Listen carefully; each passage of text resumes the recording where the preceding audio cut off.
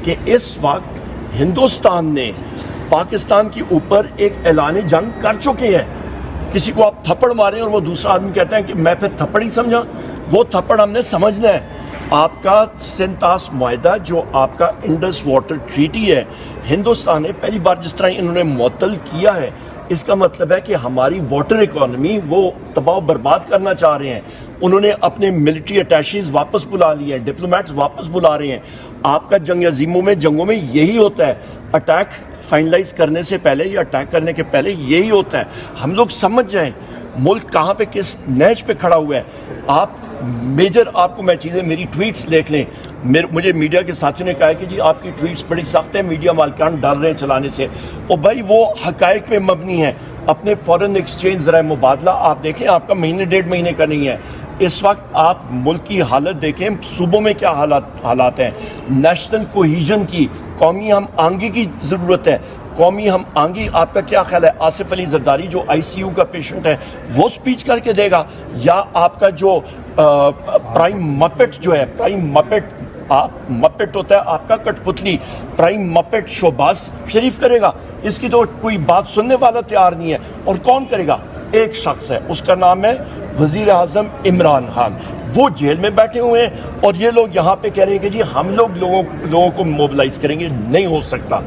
और सबसे अहम बात यह है कि हमने एक चीज़ जहन में रखनी है कि कौमी हम आंगी होगी, कौम यूनाइट होगी, आगे जा सकेंगे, तब हिंदुस्तान का हम लोग मुकाबला कर सकते हैं। वरना ख़वातीन और हज़रात, इन हालात में जंगी साजो सामान से लेके बाकी सारी चीज़ें एक बहुत मैं समझता हूँ कि सख्त हालात में से हम लोग गुजरने वाले हैं। और उसके लिए मैं फिर रिपीट कर रहा हूँ, सारे का सारा दारोमदार आपका एक शख्स पे आता है जिसका नाम वज़ीर आज़म इमरान खान साहब है।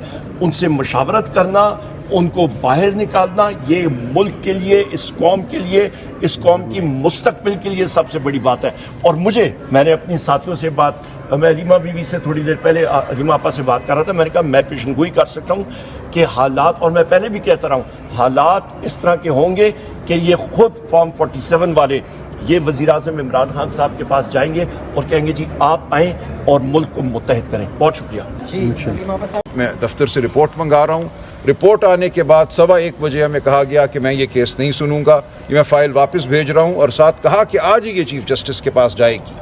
उसके बाद से हम सरगर्दा हैं, ऊपर नीचे भाग रहे हैं कि किधर है वो ऑर्डर। वो ऑर्डर साइन नहीं हुआ 3.5 घंटे। उसके बाद जब वो ऑर्डर साइन हुआ तो इधर आया ब्रांच में, इन्होंने कहा जिस पे हमने नोट बनाना है। एक नोट बनाया, फिर किसी दूसरे अफसर ने कहा कि ये नोट गलत बन गया है, इसको दोबारा से बनाओ। फिर उसको दोबारा बनाने बैठ गए। इतनी देर में जो मजाज अफसर था वो चला गया, उन्होंने कहा जी हमने छुट्टी कर ली है। चीफ जस्टिस साहब भी चले गए। अब हमें कहा गया है कि ना नोट बन सका है, ना चीफ जस्टिस के सामने फाइल पेश की गई है। आप जाएं, फिर देखेंगे कल क्या होते हैं। तो कल देखेंगे क्या होते हैं। सलमान अकरम राजा साहब, जब पिछली दफ़ा आपने कंसेंट ऑर्डर लिया था चीफ साहब की अदालत में, तो आपके ऊपर काफ़ी तनकीद हुई थी कि आपने अपना बेसिक राइट अडाला के बाद टॉक करने का सरेंडर किया है, और आपने ये फैसला लिया है कि इस उम्मीद पर कि हमारी मुलाकात नहीं हो। देखिए बिल्कुल कि आपको वो कंसेंट नहीं देना चाहिए उसका इससे कोई उसका इससे ताल्लुक नहीं है। देखिए उन 3 जज साहिबान में से एक ने, जस्टिस अरबाब जहांगीर साहब ने, अरबाब ताहिर साहब ने, उन्होंने कहा देखिए ये कह रही हैं law and order situation gate के बाहर पैदा हो जाती है, आप लोग बात करती हैं, तो ये इनका वाहिद एतराज़ है। तो आप जरा आगे जाके बात कर लीजिएगा, गेट के बाहर ना कीजिए। ये वो लोग हैं पार्टी के अंदर और पार्टी के बाहर जो बदखा हैं, जो बेवकूफ़ भी हैं। इसके अलावा कोई बात नहीं हुई थी कि हम अडयाला जेल के सामने बात नहीं करेंगे, हम उससे 600 गज़ आगे जाके बात कर सकते हैं, 800 गज़ आगे बात कर सकते हैं, अपने चैम्बर में कर सकते हैं। बल्कि जज साहब ने बिलखुसूस कहा कि आप चले जाइए अपने चैम्बर में बात कर लीजिएगा। कोई ऐसा हुक्म नहीं है कि इमरान खान की जो आवाज़ है या इमरान खान की जो गुफ्तगू है या जो कोई पैगाम है वो बाहर नहीं जाना, ऐसी कोई बात नहीं हुई थी। और ना ऑर्डर में ऐसी कोई बात है। वो उसको तो गैगिंग ऑर्डर कहा जाए ना, कि उनसे की गई गुफ्तगू को आप कर ही नहीं सकते दुनिया में कहीं। बिल्कुल ऐसी कोई बात नहीं, ना कानून इसकी इजाज़त देता है, ना ही इसकी इजाज़त देता है। वो सरासर बदनीयती पर एक बयानिया बनाया गया, वो हुकूमती हलकों ने भी बनाया और बदकिस्मती से कुछ हमारे अपने लोगों ने भी वो बनाया। इसलिए वो बिल्कुल उसका कोई अमल दखल नहीं है इस बात से। जो उस हुक्म के बाद इनको सूझी कि ओहो ये तो बहुत बड़ा फैसला ले गए। इसके तहत तो अब 3 जजों ने कह दिया है कि मंगल को भी मुलाकात होनी है, जुमेरात को भी होनी है। जेल इंतज़ामिया की भी उसमें रजामंदी आ गई, कंसेंट दोनों तरफ की थी ना। उन्होंने भी कहा जी बिल्कुल हम मंगल को भी मुलाकात कराएंगे, जुमेरात को भी कराएंगे, फैमिली की भी कराएंगे, वकला की भी कराएंगे, जो रुफ़का हैं उनकी भी कराएंगे। तमाम बात पे हमने जेल इंतज़ामिया से उनकी रजामंदी ली और ये कहा कि हम अडयाला जेल के गेट के सामने बात नहीं करेंगे, दूर जाके बात करने पे कोई ममानियत नहीं थी। और उसके बाद मैं अर्ज करूँ, उसके बाद से इन्होंने एक दफ़ा भी उस निज़ाम के तहत मुलाकात नहीं कराई। वो निज़ाम इमरान खान साहब का वज़ा करता था, जिसको अदालत ने कबूल किया, अपने फैसले में लिखा, और उस फैसले से ही ये लगता है कि वज़ाहिर इनके हवास बाख्ता हो गए हैं। इन्होंने सोचा कि फ़ैसले की ऐसी की तैसी, हम मुलाकात सिरे से नहीं कराएंगे।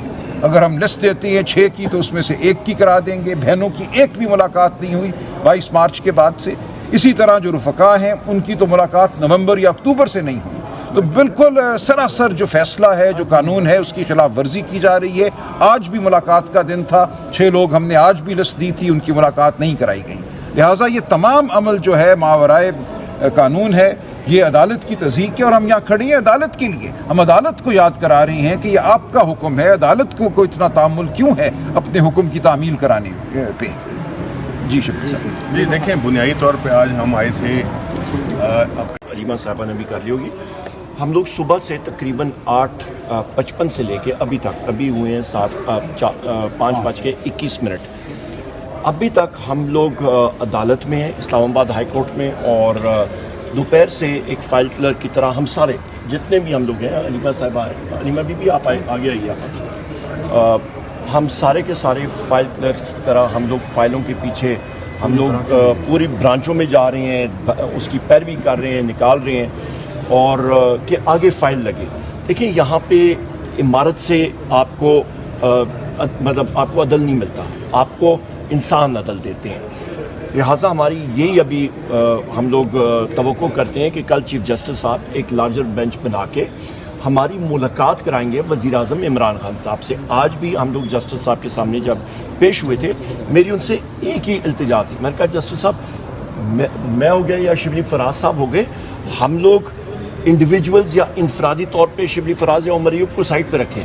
हमारे पास एक पोजीशन है, आईनी पोजीशन है, leader of the opposition senate, leader of the opposition कौमी असम्बली। गाड़ी पे झंडा लगा हुआ है, उस झंडे के लिए जिसके लिए लोग अपना जान का नजराना पेश करते हैं। और हम लोग जब अडयाला जेल जाते हैं, और ये मैंने कोर्ट में बात की, सारे साथी गवाएं, मैंने कहा जिस वक्त हम लोग अडयाला जेल जाते हैं, वहाँ पे लासनायक हो या हवलदार हो या ASI हो या SHO है, वो वहाँ पे उस झंडे वाली स्टेट की गाड़ी, यानी कि आपकी रियासत की गाड़ी को रोकता है और वो कहता है मुझे कोई परवाह नहीं। मैं कहा जी आपकी इस अदालत का ऑर्डर बूट के नोक पे करता है और वो कहता है मुझे कोई परवाह नहीं। क्यों?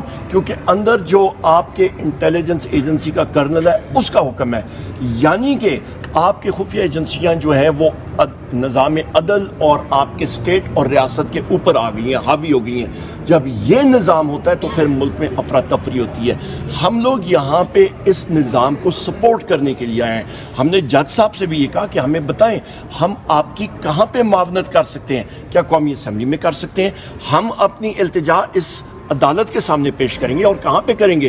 कोई रॉकेट लॉन्चर लेके हम लोग जेल के सामने तो नहीं खड़े हो सकते, यहीं पे हमने इल्तिजा करनी है और इसी अदालत के हाथ हमने मजबूत करने हैं। ये मुल्क मजबूत होगा तो अदालत और आइन और कानून के बिना पे होगा। और एक अहम बात मैं करता चलूँ,